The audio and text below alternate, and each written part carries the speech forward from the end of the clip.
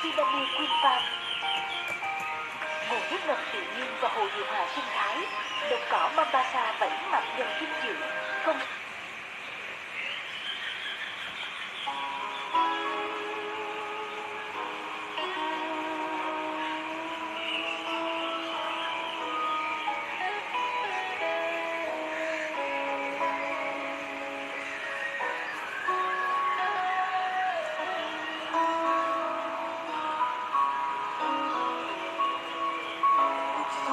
Trôi nhanh vội vã giấc mơ, thời gian thấm thoát chẳng còn thấy nào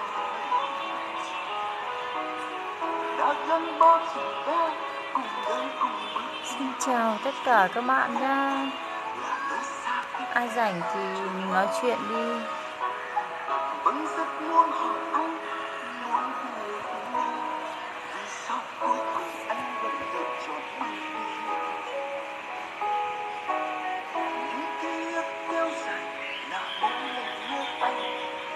Anh em luôn cầu nguyện anh bình an. Phương xa những ngày qua, ngoài kia giông bão anh có ổn không? Và rồi khi buồn đau cùng ai sớm chia, mệt mỏi cô đơn thì thế nào? Buông tay nhé, trở về thôi, về quê hương có cha có mẹ mong. Bạn bè bao năm cùng nhau lớn lên, cần gì hơn đây? Lúc buồn vui có người sẵn sàng. Mẹ anh khóc rất nhiều, mỗi lần nhắc tới anh. Cha anh thầm lặng giấu nỗi thương nhớ vào tôi. Thương anh nhiều lắm, thiếu bằng rất nhiều khó khăn. Một thân đơn côi lấy đâu ra niềm vui. Nơi mái ấm cô những người thân dấu yêu, trời mong héo hắt đến từng ngày vắng lặng. Nếu tay mệt quá hãy tìm về. Xin chào tất cả các bạn đang xem. Ngồi bên mắm cơm, gia đình mình bao tình thương. Phương xa những ngày qua, ngoài kia giông bão anh có ổn không? Và rồi khi buồn đau cùng ai sớm chia, mệt mỏi cô đơn thì thế nào? Muốn tay nhé, trở về thôi, về quê hương có cha có mẹ mong.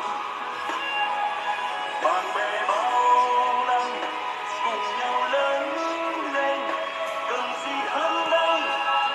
Lúc buồn vui có người sẵn sẻ.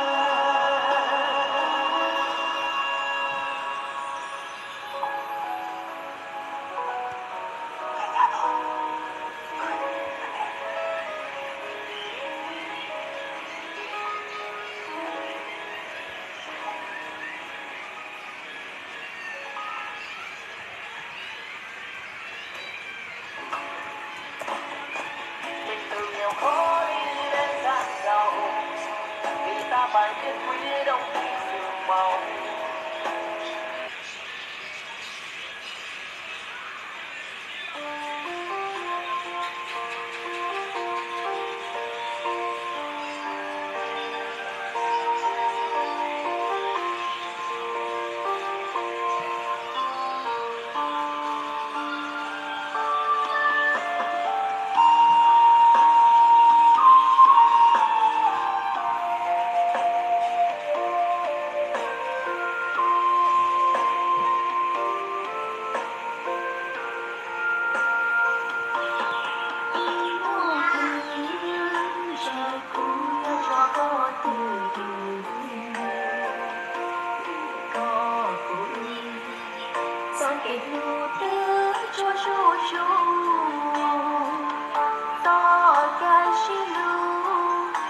cho cũ kia chẳng tuổi kia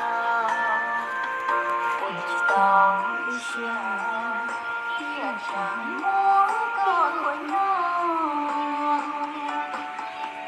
đôi tiếng cho cũ mình chỉ tao vừa chỉ đi trò vừa chỉ cho tôi nàng đi con rồi kể món đâu nó theo có cũ ý xa lo